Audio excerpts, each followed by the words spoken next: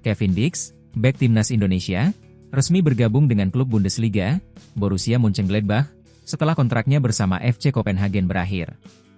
Transfer ini dilakukan secara gratis di bursa musim panas 2025. Di Mönchengladbach, Kevin Dix akan bersaing memperebutkan posisi bek kanan dengan pemain muda timnas Amerika Serikat, Joe Scully. Meski baru berusia 22 tahun, Scully sudah mengoleksi lebih dari 20 caps internasional dan jadi andalan klub sejak 2021. Kevin Dix, yang kini berusia 28 tahun, sudah mengikuti latihan pramusim bersama tim. Ia diharapkan bisa membawa pengalaman dan memperkuat pertahanan Mönchengladbach yang musim lalu hanya finish di peringkat 10 Bundesliga. Dari Indonesia beralih ke Eropa. Chelsea mencetak kemenangan besar di ajang Piala Dunia antar klub 2025. Usai mengalahkan Fluminense 2-0 di semifinal, The Blues dipastikan mengantongi hadiah uang sekitar 22 juta pound atau setara 450 miliar rupiah. Jika mereka menang di final melawan Real Madrid atau PSG, total hadiah bisa naik menjadi 30 juta pound. Angka ini cukup untuk membayar sebagian besar pembelian pemain mereka musim ini, termasuk Joao Pedro dan Liam Delap. FIFA sendiri menyediakan total hadiah lebih dari 700 juta pound untuk turnamen ini, menjadikannya salah satu kompetisi paling menguntungkan secara finansial meski hanya berlangsung 7 laga. Sementara itu, Manchester City tersingkir lebih awal dan hanya membawa pulang sekitar 38 juta pound.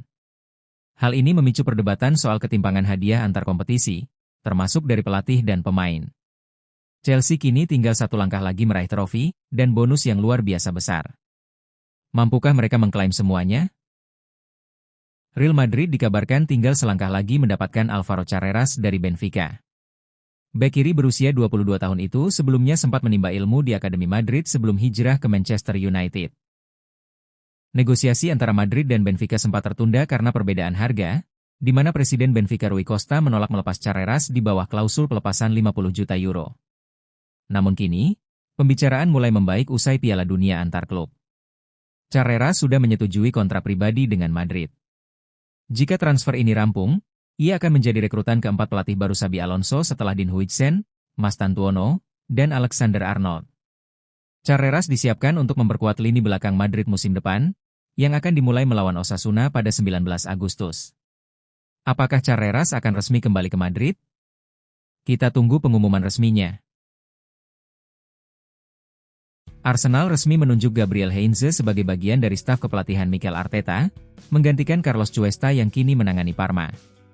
Ex-bek Manchester United dan Real Madrid itu membawa pengalaman panjang sebagai pelatih di Argentina dan Amerika Serikat.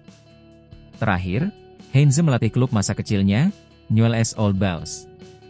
Kini, pria berusia 47 tahun itu akan bekerja lebih dekat dengan lini belakang Arsenal dan membantu mengembangkan pemain muda.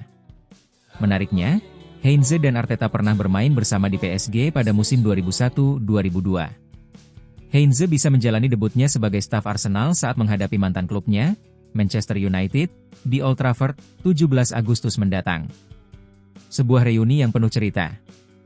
Nottingham Forest tengah membidik Johan Bakayoko dari PSV Eindhoven sebagai pengganti Anthony Elanga yang akan dijual hingga 55 juta pound. Forest siap mengajukan tawaran 40 juta euro, tapi mereka tak sendiri.